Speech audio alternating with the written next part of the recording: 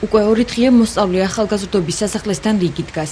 მიზეზი პოლონელი ხალხისათვის მხარდაჭერისა და სამძიმრის გამოხატვის სურვილია. ამინდის მიუხედავად პოლონეთის პრეზიდენტის ლეხ კაჩინსკის ხსოვნისათვის პატივის მისაგება თბილისელებმა მისვლა დილიდან დაიწყეს. ქართული ერი ვაფასებთ პრეზიდენტის თავგანწირულობას იმ პერიოდში, როცა ჩვენ გვიჭირა და ჩამოვიდა ჩვენთან ერთად ჩამოიყვანა ევროპის სხვადასხვა პრეზიდენტები. ქართველებმა დაკარგეს ქართველებისთვის მებრძოლი ვაჟკაცი კაცი, რომელიც გვერდში დაუდგა ქართველობას. თბილისელთა გარდა სამძიმარზე სამაჩაბლოდან დევნილი ბავშვებიც მივიდნენ.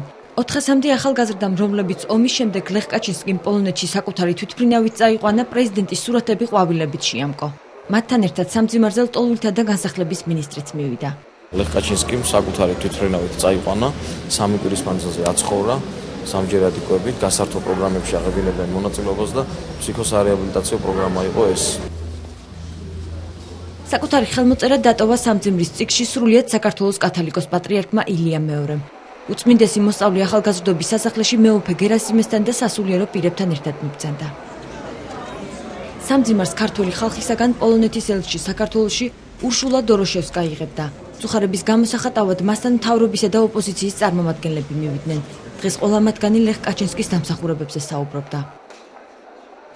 დღეს აქ ქართველი ხალხი გვიჩვენებს, როგორი ახლობლები ვართ ჩვენ ერთმანეთისათვის. პოლიტიკოსებთან ერთად მოდის უბრალო მოსახლეობაც და საკუთარ მწუხარებას გამოთქვამს ჩვენი პრეზიდენტის გარდაცვალების გამო. ეს ყველაფერი ძალიან მნიშვნელოვანია ჩვენთვის. ჩვენ მადლიერები ვართ ასეთი თანადგომისათვის.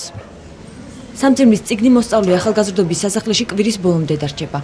მსურველებს საკუთარი ჩანაწერის დატოვების საშუალება დილის 10 საათიდან საღამოს 8 საათამდე შეეძლება.